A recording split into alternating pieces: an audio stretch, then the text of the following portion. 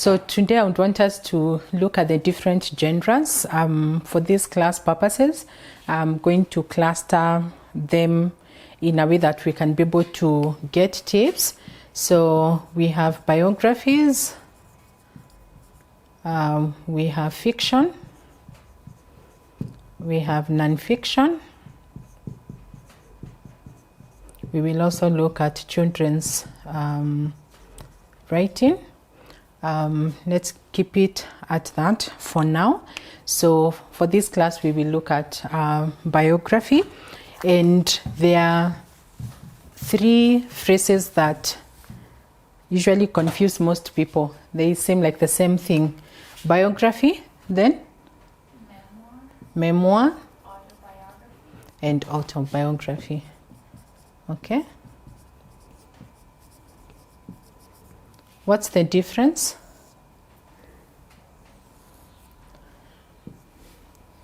So,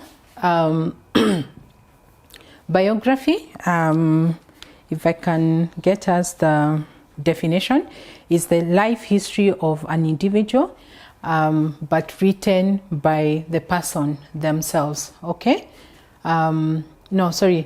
Biography is the life history of someone, but written by somebody else. Okay? Autobiography is written by the person themselves.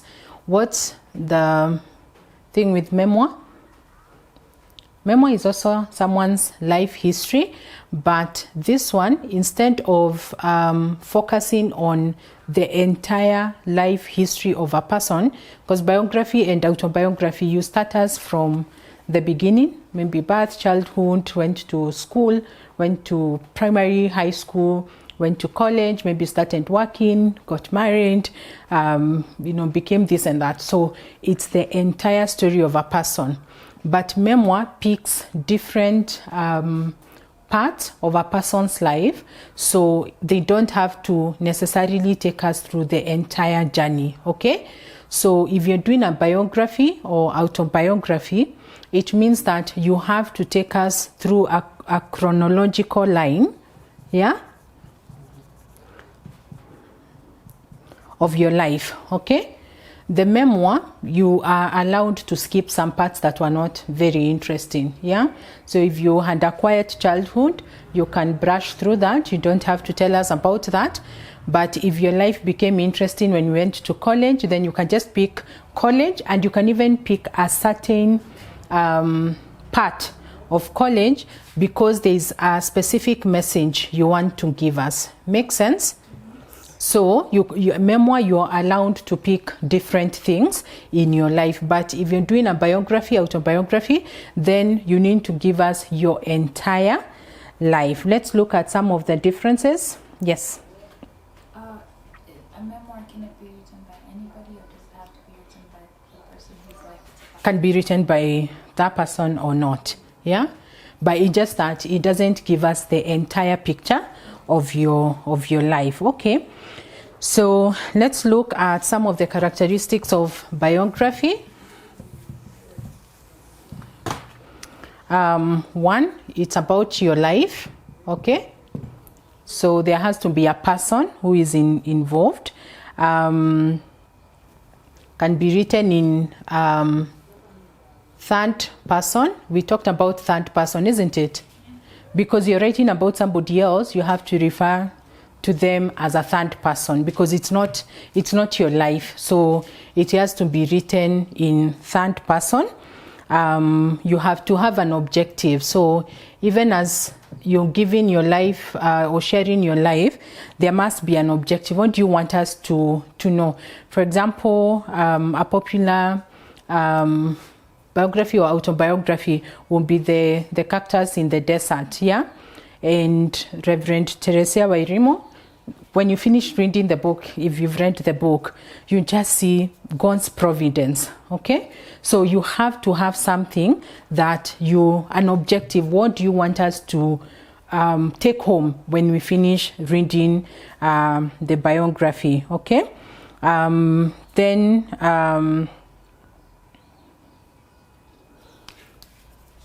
we've already said it's written by another person, okay?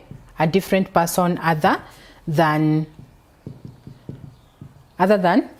the subject. Okay, so we can leave that at that. This one is the same. There has to be the life of a person. Then you write it in first person. Are we clear on first person? Means you're using I, yeah? So I did this, I went here, I went to school, I graduated, I. That is first person. Third person would be she did, he did, she went, and so forth, okay? Here, you're allowed to be subjective, okay? Subjective means you can give your personal opinions about the interpretation of the events, how they happened in your life. Then, of course, written later in life. You have to have lived the life for you to tell us about it, isn't it? Seems a bit obvious, but yeah. Then a memoir on the other side. So biography, autobiography, it's the same thing, but written by different people. Are we together? Mm-hmm. Okay, so here you can pick specific lifetimes or times of your life. Okay? So we will not, if you're doing a memoir, you can just do college life or not, because, you know, you pick the parts that you feel they are important.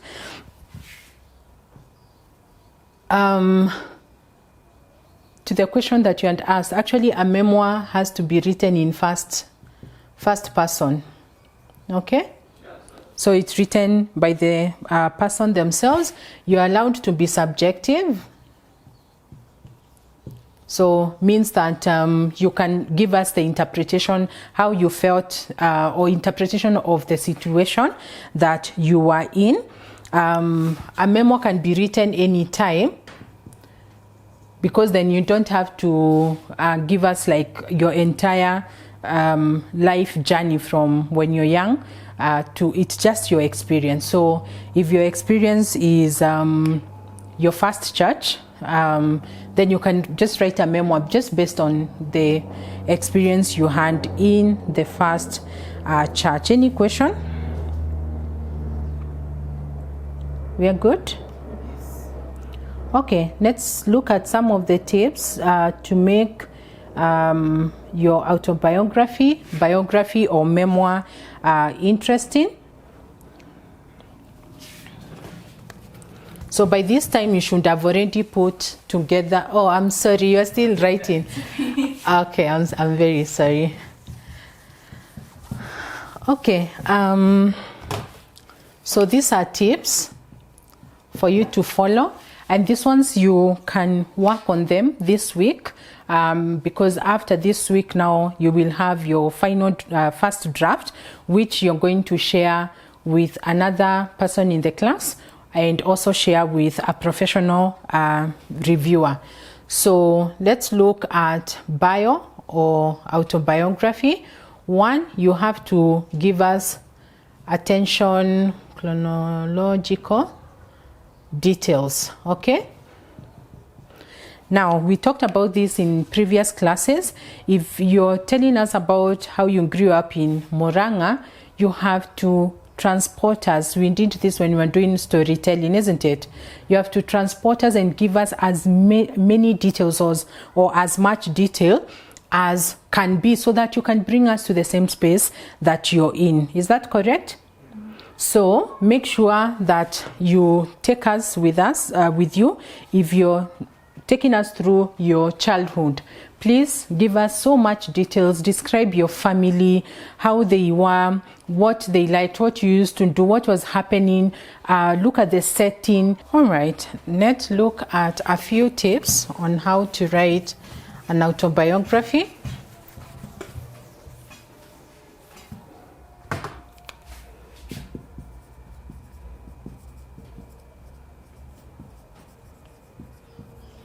Look at the tips. So for autobiography, we say this is the life story that you're writing by yourself.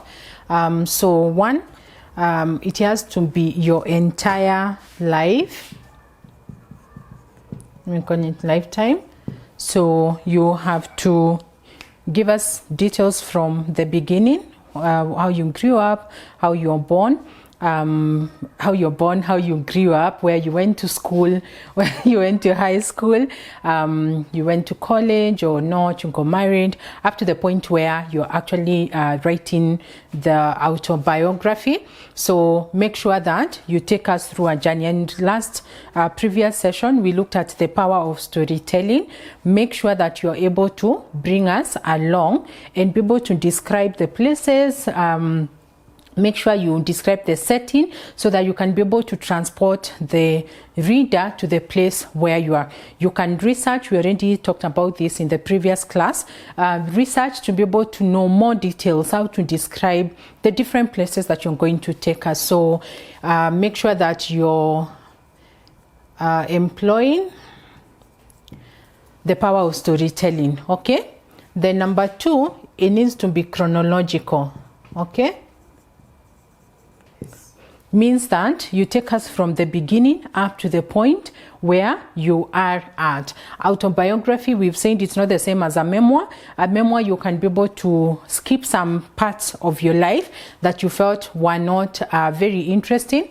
But with an autobiography, you have to give us details of your entire life. Now, not everything will get equal attention, okay?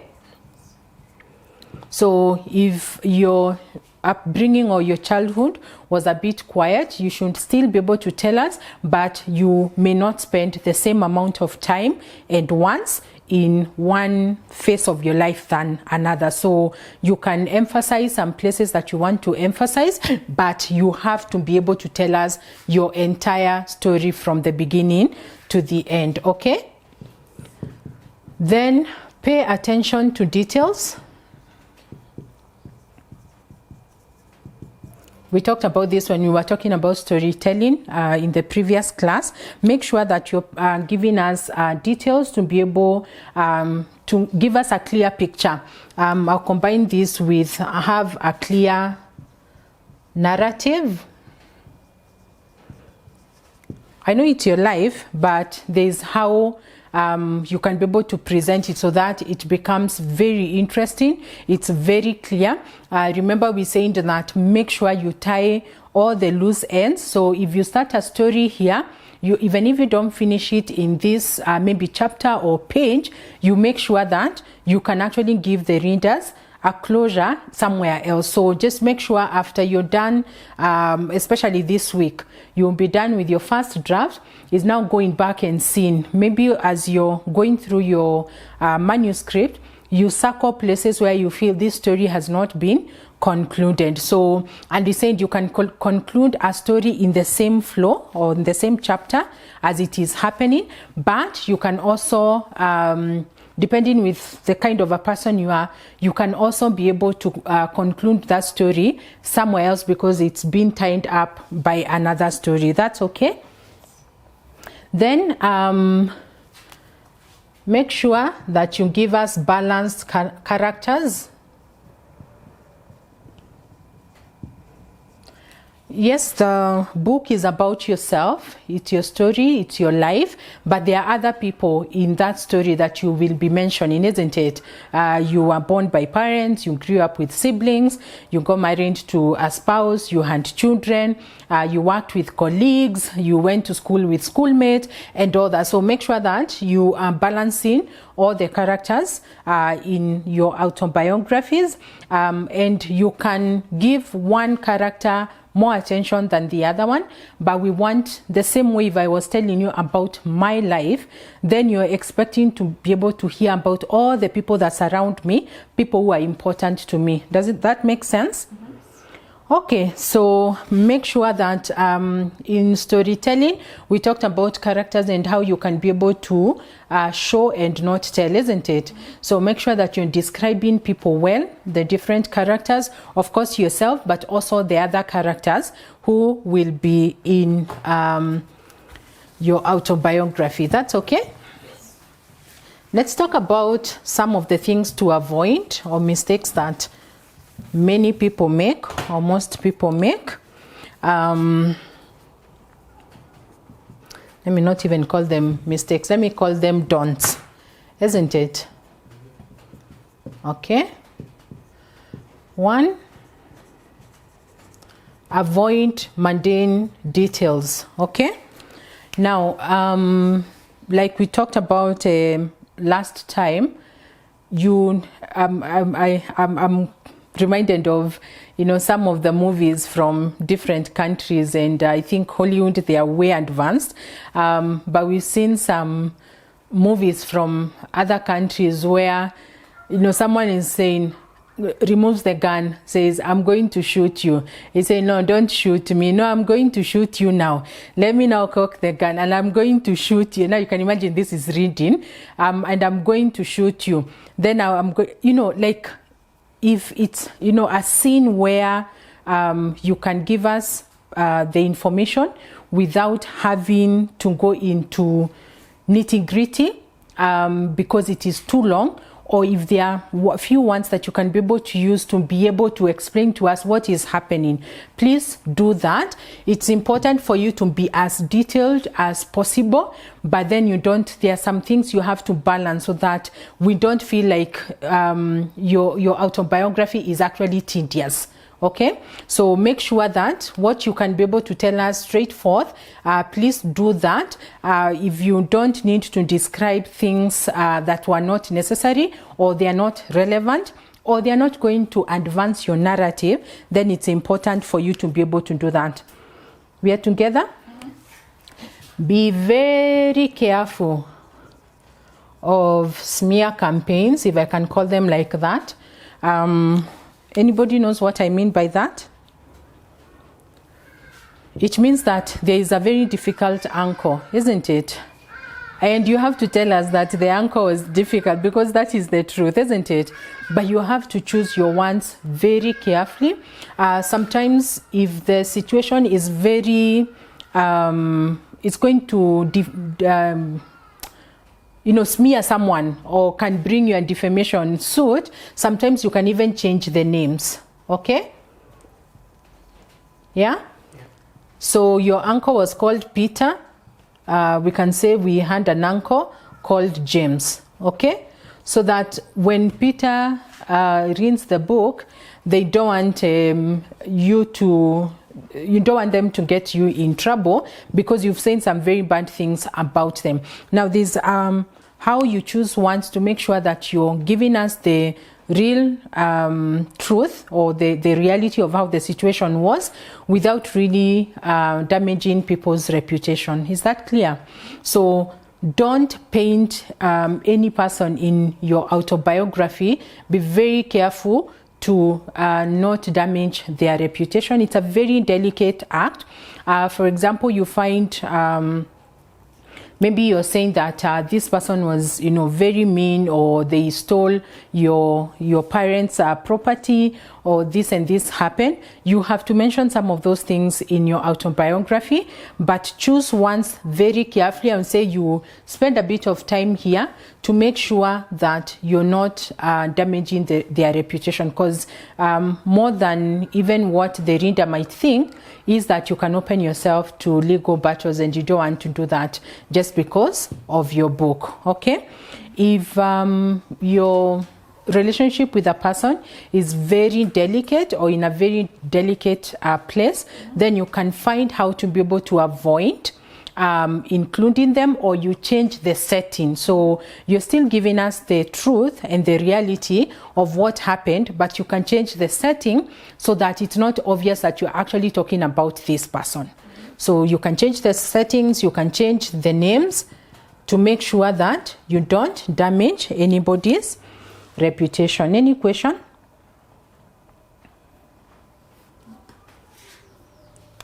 Yeah, we are good. Then number 3, don't gloss over big stuff. Okay, what do I mean by this? and mentioned before, there are things you will put more emphasis on because they mean more to you, or they're important to you over other things. Okay, so it's your perspective. We said in autobiography you are allowed to be subjective.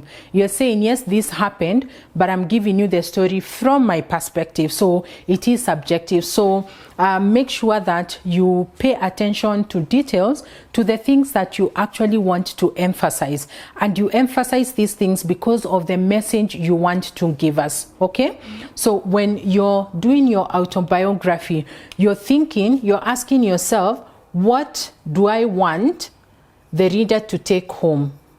So the readers take home. Okay, you've read a book and all you can think about is God's mercy, isn't it? When you finish the book, you just knew that that book, the message there was God's mercy. For something else, it will be, for someone else, it will be what?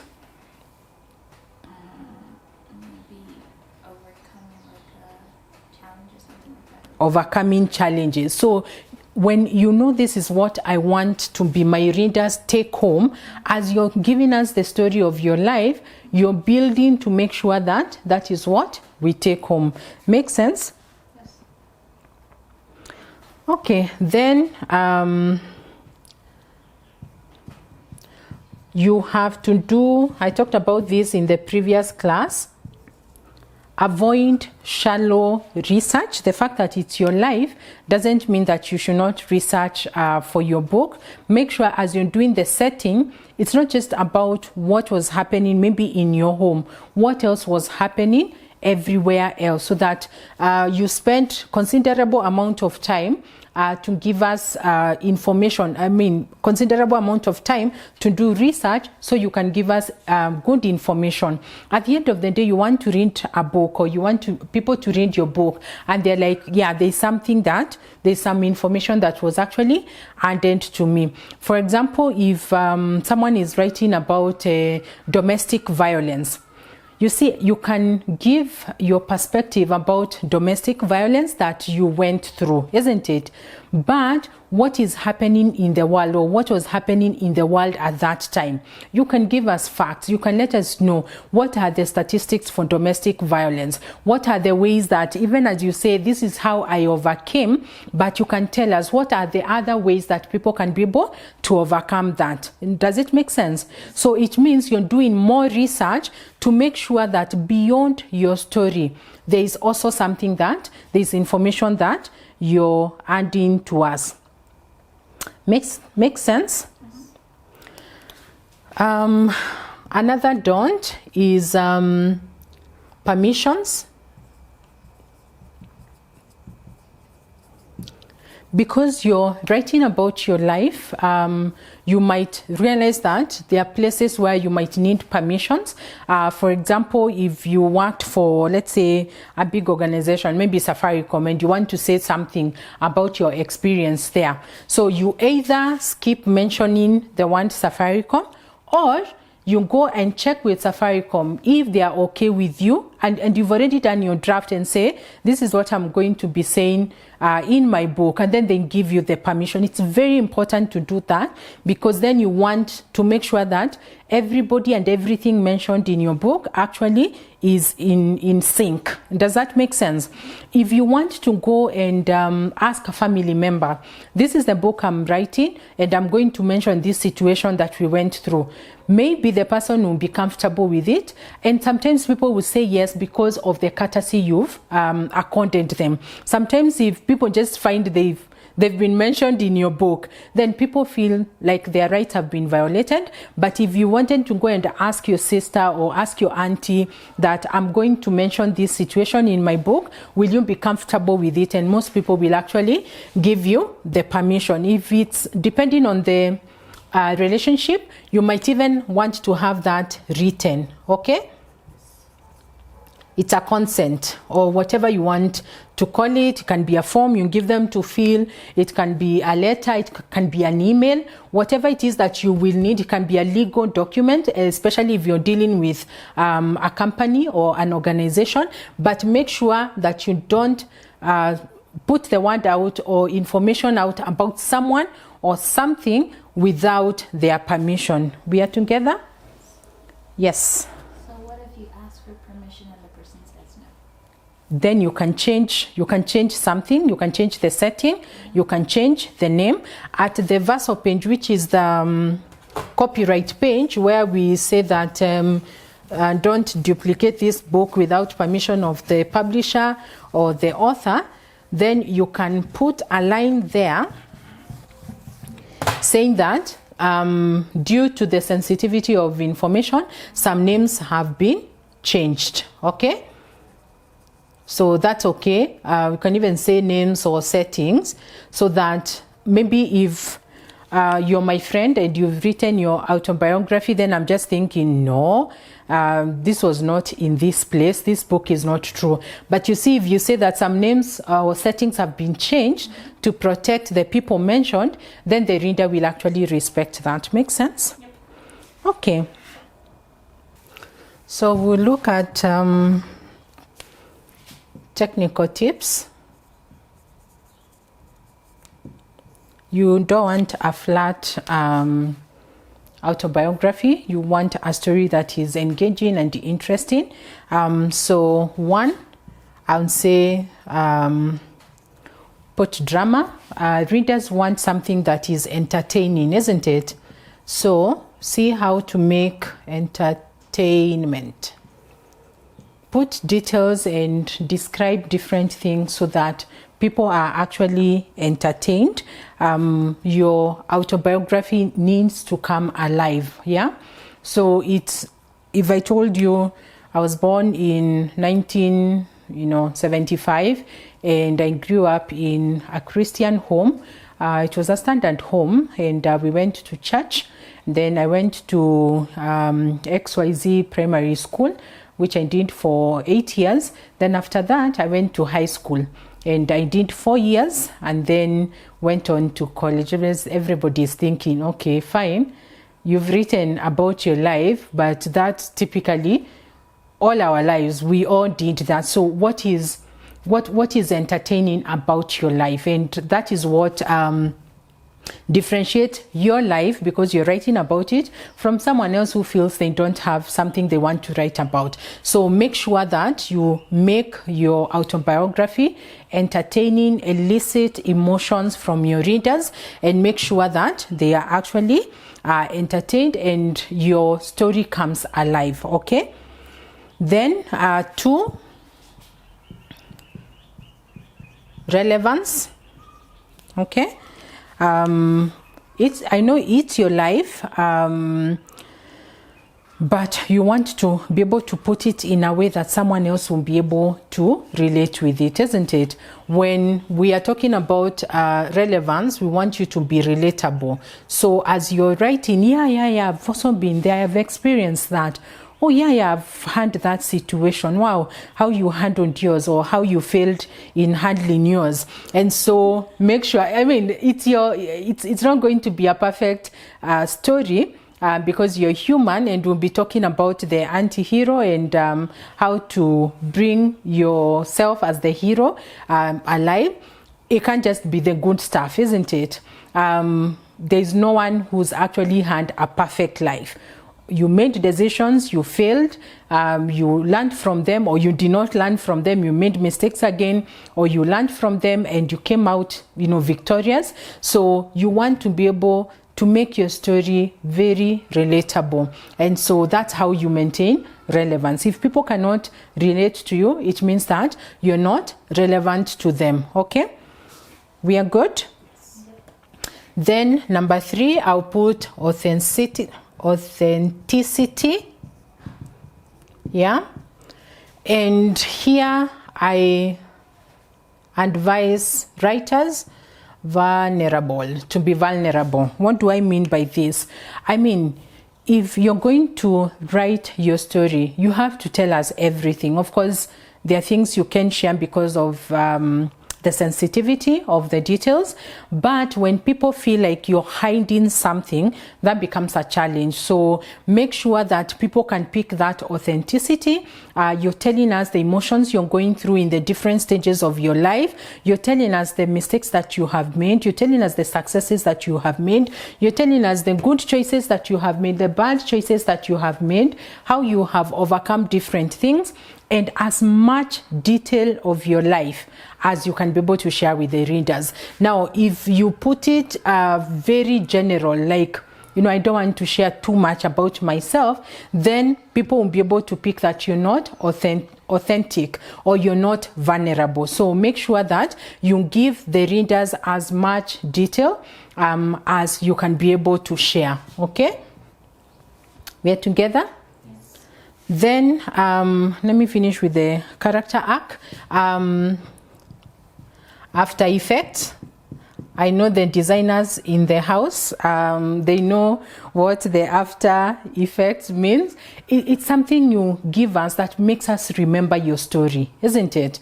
So if it's just going to be flat out, then immediately people will not be able to continue through the chapters, but two, even if someone reads from cover to cover, it means that they are not able to remember your story. But if you employ vulnerability, authenticity, if you make your story relevant and relatable, and you put a bit of drama, we will actually be able to remember your story. That book or that movie or true story you had, and always when that situation comes, you remember that story. It's how it was presented to you. So make sure that you're adding After Effects, and there'll be additional notes for you to be able to read. If you want to go deeper into what each and all these items, or even everything I've talked about in class, then there are additional notes for those who would want to go a little bit deeper. So you want your story to be memorable, or people to remember it. Let me put memorable. You can be able to pick any of the notes in the class if you want to get into more details about how to employ After Effects, authenticity, relevance, and drama, and also the other tips that I share. And then finally, there's something fiction writers use. It's called a character arc. This is where, of course, for nonfiction, it will be the character the person has picked. But for your autobiography, you are actually the character, and you'd want to use, we'll share with you a sheet for you to be able to fill in and be able to see how to develop your character. Now, character arc is a template or a piece of paper or information that you put together to be able to determine how you want your readers to be able to perceive you as the character in this story. Makes sense? So you can also experiment with that. Works very well with fiction, novels and sort, but also I found it very relevant for you to be able to use it in your autobiography, because then you're going to paint yourself in a particular picture. That's how you want your readers to be able to remember you or to know you. Make sense? We have a different session on character arc, so you can be able to pick that and be able to develop further. Any questions? We are good? All right, when you are done with everything,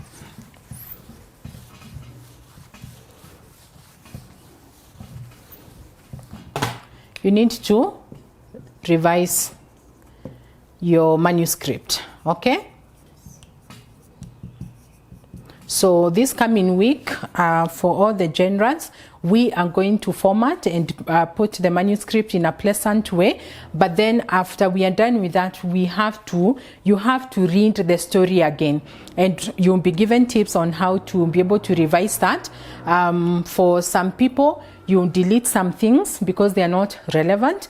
Now this will be a season for you to criticize yourself, okay? Some things will be removed. You might need to add some other things. Some things will be replaced. Some things will be moved from one chapter to another. And so that will be absolutely okay for this next phase, because you've actually finished writing your manuscript. So the draft you have cannot be the final draft. You have to come back and revise it so that you can give us a very strong storyline.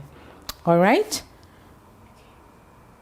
Okay, see you next class when we'll be doing the review with your classmate and also with a professional reviewer. Bye.